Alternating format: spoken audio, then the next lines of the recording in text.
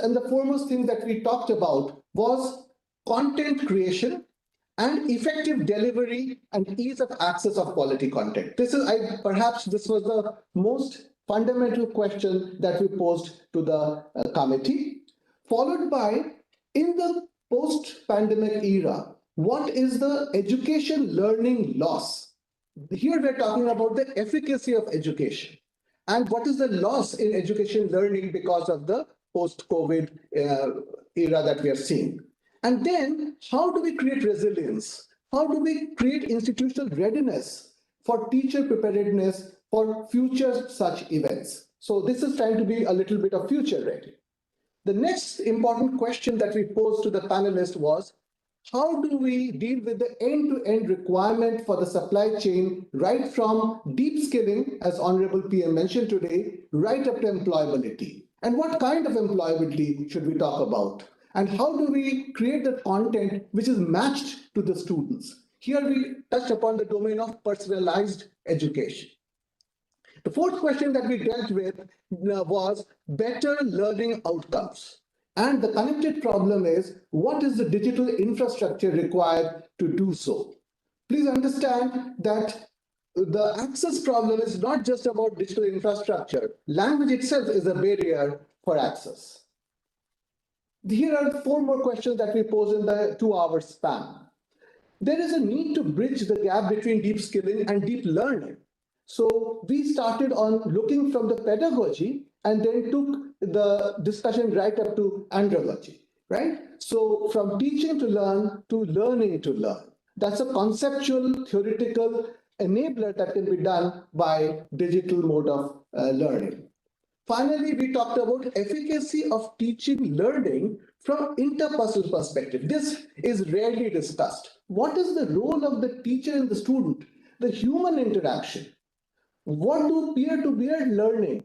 How do we learn from our friends? We know half the learning happens outside the classroom.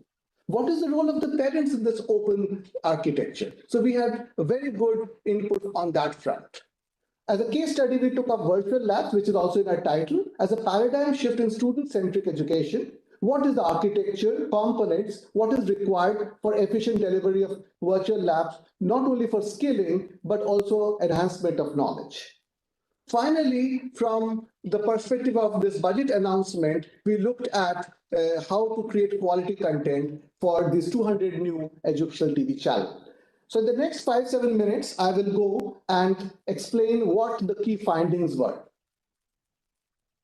Clearly, the 15 minutes allocated are not sufficient. We will be submitting a detailed report. The first question that we posed was the content creation and effective delivery. A lot of bullet points, I've only put some of them here.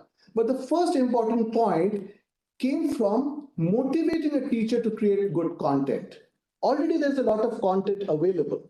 But how do we now identify the gap and then create content? But the aim is twofold. Aim is not only for the students, but also empowering the teachers, because that is where the multiplier effect will come. So that's how our discussion went. A lot of ideas were there, how to exactly empower the teachers to do a better job. And that comes right from motivating the teachers. We, of course, talked about the use of technology and connectivity to bridge the digital divide and improve the learning quality. Next slide. All right. The next question we posed dealt with this COVID era learning loss. And here is the gray rhino black swan concept. While the pandemic was a black swan, the gray rhino refers to the problem that we know exists, but we have been putting it off. And today there is a combination. And this is the right time to respond. So a lot of deliberations went in terms of readiness for the next disruption. I mean, today the education space is digital, distributed, diverse, disruptive, data-centric, and of course driven by mission.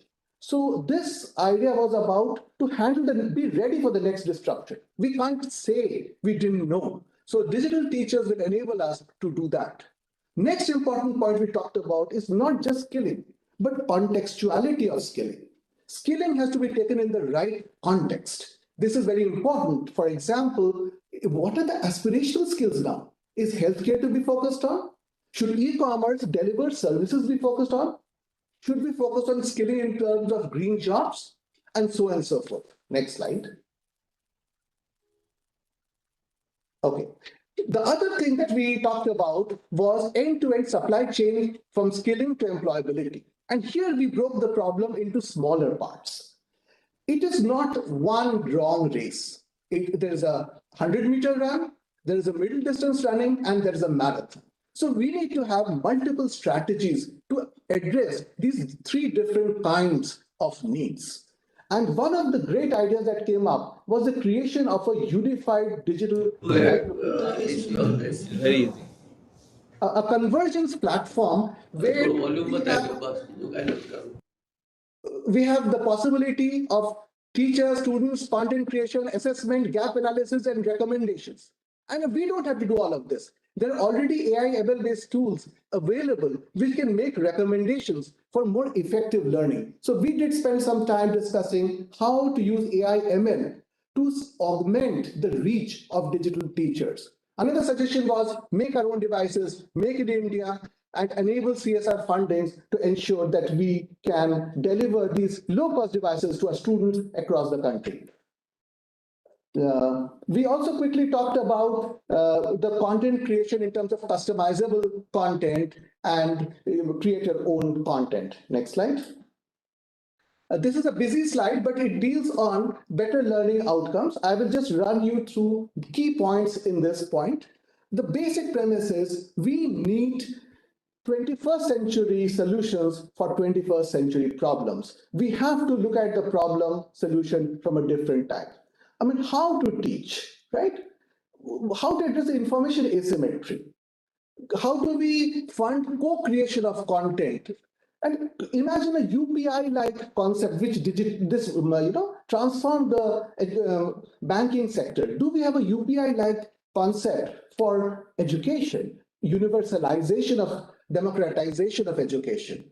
Can we look at micro-learning environment, bite-sized contents, micro-credentials, stackable credentials? These are all implementation. And we can see them also being given in the NEP 2020.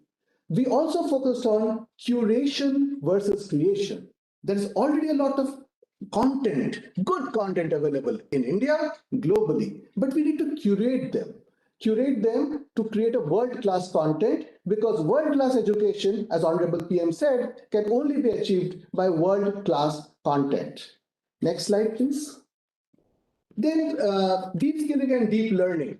The question is right now how to, encourage different colleges be a part of this initiative. Can we take the story to the district level?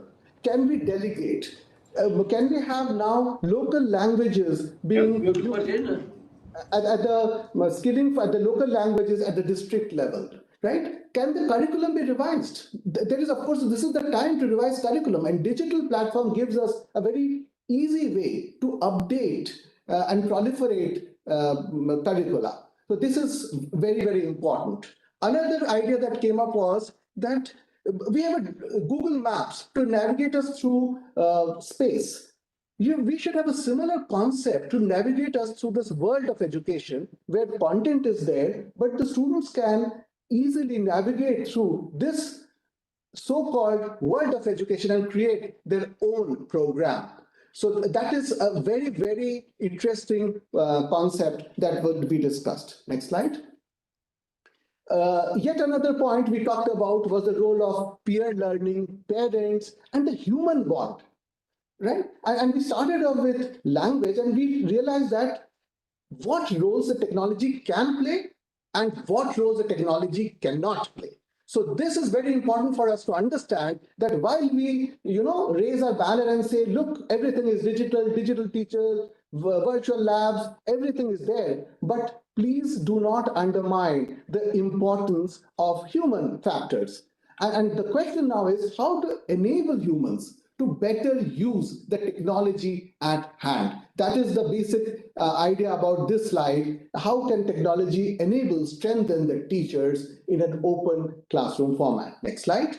Virtual labs was discussed ये at आपने length, आपने box रखी है जी and we talked about आपने what are बोली the है जी enablers, AR, VR based applications, skilling, getting their hands dirty, standardization of architecture, and of course the need to आप train लोग आप teachers इंग्लिश to में क्या बोल effectively रहे use हैं virtual labs so that students and teachers can use it together with the theory classes. So it can be used by itself and together with other learning and teaching tools. Next slide. Finally, we talked about how to leverage this wonderful resource that we have, the educational TV channel of Swayam Prabha, as announced in the union budget. Again, several things. Proper content should be there. But it doesn't mean that we have to have long programs. We can have short, focused content being available so that these 8 to 10 minute capsules are transmitted over the TV channels, and then students can have a feedback channel as to, go back and interface with teachers and learn. That is number one. Next thing is quality content for this Swayam Prabha can be created using teachers, perhaps national award winning teachers. Because what do we want? We want teachers who inspire. Who were our great teachers? We have fond memories of teachers who can inspire. So that is how we should get in excellent speakers, teachers who can really create content that can be telecast. So that's where we can start. This will also help us to do widespread digital inclusions, right up to schools in the villages, right up to the Anganwadis. That's where the reach is. And this is how we should target, right from content creation to the delivery of content. Same thing, another concept that was discussed is parallel to the academic bank of credits, there is an academic bank of learning. Here, this is a touching upon personalized education. Can we monitor students in terms of how much they are learning all along the way and help them augment their skills, figure out where they are talented, nurture the talents, and help them where they're lacking. And analytics and advanced analytics can be built up on all of this. So I believe I have taken up my 15 minutes. I have just given the tip of the icebergs.